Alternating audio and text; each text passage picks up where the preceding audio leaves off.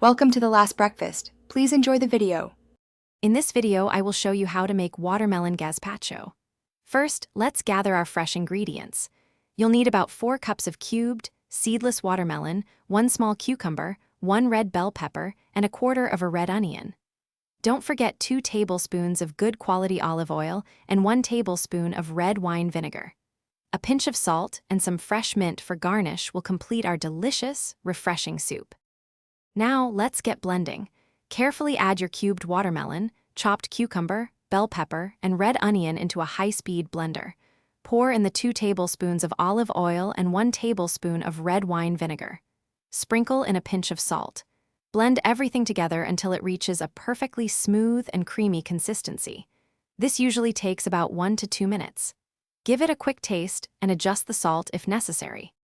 Once blended, transfer your vibrant watermelon gazpacho into a large pitcher or a serving bowl.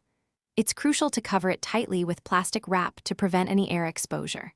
Now, place it in the refrigerator for a minimum of 2 hours. This chilling time is essential. It allows all those wonderful flavors to fully develop and meld together, creating a truly refreshing and harmonious soup.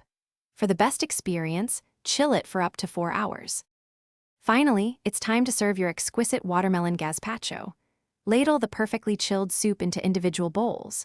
For beautiful finish, garnish each serving with a few fresh mint leaves. A small drizzle of high-quality extra virgin olive oil can also add a lovely touch. This refreshing gazpacho is ideal as a light appetizer on a warm day or a unique, flavorful starter for any meal. Enjoy every cool, sweet, and savory spoonful. Thanks for watching. If this was helpful, leave a like and consider subscribing. See you next time.